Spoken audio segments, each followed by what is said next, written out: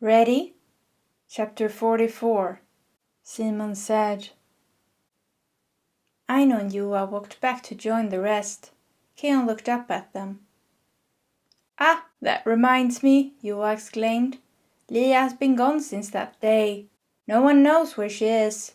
I thought she might try to go after you again, but she hasn't? He asked Keon. No, she hasn't been anywhere near us, Keon answered, a bit surprised. Odd. I wonder what she's doing, Juha said, looking thoughtful. Oh, I think I have an idea, Aino answered. Remember when she told us about her plans for revenge? She turned to Keon. You think she's going after the rest of them? He asked her. Seems like she isn't aiming for you anymore if she has turned her attention to them. She did say that you would be the first victim after all, Aino answered. I hope she gets every last one of them, Keon said as he stood up. Are you sure about that? They used to be your friends after all, she asked him. I had a happy childhood, up until my parents died. I was their only child, and I tried my best to make them proud. I studied hard in school, but I think, to them, just being myself was enough. Not everyone gets to feel that unconditional love from their family, but I did. After their murder, I was left on my own. The village was so small that we didn't even have an orphanage. The only ones there for me were them. They were all 3 to 5 years older than me. At age 10, they were the only ones I could lean on. I trusted them. They were all that I had left. My parents always tried to keep me away from them. They saw what I couldn't see at that age.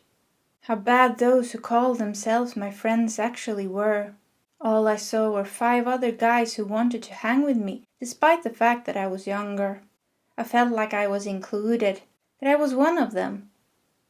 The feeling of belonging is a strong one, but it also leaves you open to be used by those around you, Aino commented as she listened to his story. He nodded at her. They got rid of my parents so that they could control me. Simon was the natural leader of the group, one of the most dominant people I have ever met. I think even the others were scared of him. What Simon said, we did. Leah wasn't the only victim, but she was the one where I actively participated in the bullying. Most of the time I would just give her a snide comment to keep her quiet. At other times, it went beyond that. She was in my class, so they wanted me to show her who was in charge. One day she had complained about her nose, how it wasn't straight enough. I got annoyed by it and told the group. They convinced me that she needed to be taught a lesson. The next day after school, the rest of them watched as I beat her up, cracked her nasal bone with one punch. I felt horrible as I watched her run away, crying with blood running down her face. Simon said it was a job well done, that her tears showed how weak she was. Another time we hung her upside down in a tree at the edge of the schoolyard during a break, and then we left her there. I can only imagine how humiliating it was for her. The fact that she wore a skirt so that everyone could see her underwear only made the laughs louder. When the teacher discovered her, most of our classmates had already seen it. She never told the teachers who did it. I guess she was scared of us. Back then I thought the worst thing we did were on that level. It seems like it was only the tip of the iceberg. Them never showing their fondness for knives in front of me must have been because they didn't want me to suspect that my parents' murder was connected to them. Looking back, there was always a dark veil over that village. I remember one time I saw Simon take off his shirt. His back was covered in bruises and scars. I think everyone knew that his father beat him on a regular. It was his idea of making his son tough. I mean, he wasn't wrong. Simon became tough all right. So tough that the day before he left the village, he beat up his dad. Simon made sure that his old man could never hurt anyone ever again.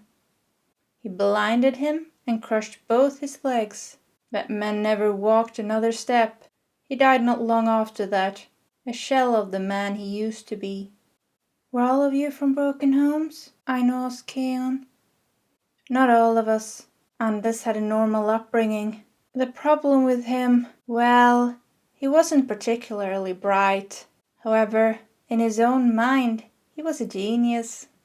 Other than that, at least when I knew him, Anders was a mean one. I can't remember a single kind word coming out of his mouth. Niklas and Anton enjoyed seeing others suffer. They didn't do much themselves, they just liked to watch. What went on in their households, I'll probably never fully understand. But I don't think most people enjoy the pain of others if they haven't already been conditioned to it. I can only imagine what they went through beforehand to consider that normal. Lukas was a follower. He did what he was told by Simon, and that was it.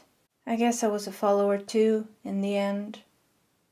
Lukas was the one I was the closest to. In a way it surprises me that he never told me the truth, not even the day he left for Ulfstad to join the wolf army. He was never the best at keeping a secret. But the last words he said to me makes a lot more sense now. You were better off with us than your parents. I remember thinking it was an odd thing to say. It was never a competition. Why would I make a choice between my parents and my friends? One does not exclude the other. I suppose to them it wasn't like that. They wanted me in their group, so they decided to eliminate the threat to that. Maybe my parents had shown their disapproval to them, asked them to stay away from me. I became someone they could use for their own gain, for their own goal. They manipulated me for years. They were never my friends. I feel stupid for trusting them. You are not stupid, Joa cut in and looked right at Keon. You were 10 years old. If you had found out the truth, then he might have actually broken you. Then you would have had no one. I know what it's like to be alone. We all need something, someone to live and fight for.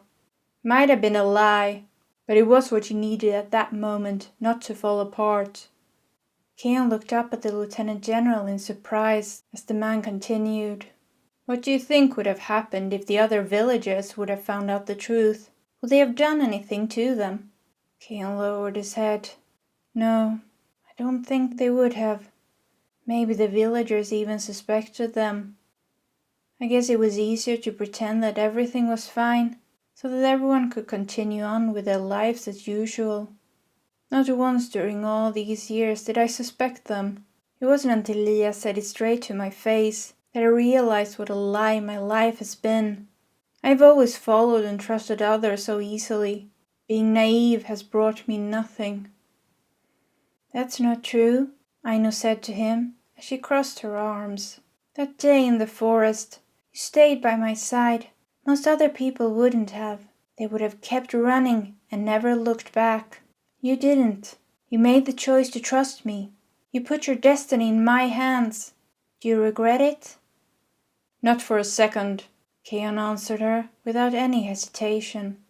If you don't trust people, you might miss out on the chance of a lifetime.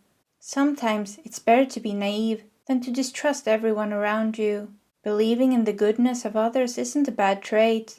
If anything, the world needs more people like you. I'm not that good of a person.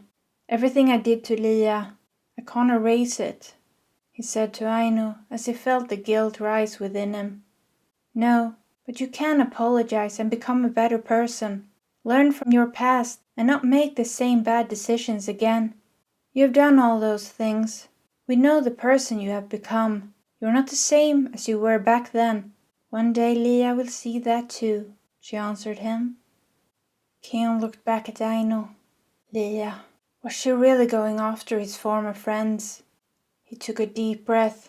It was hard to feel any sympathy for them. They'd killed his parents. In the end, they deserved what was coming.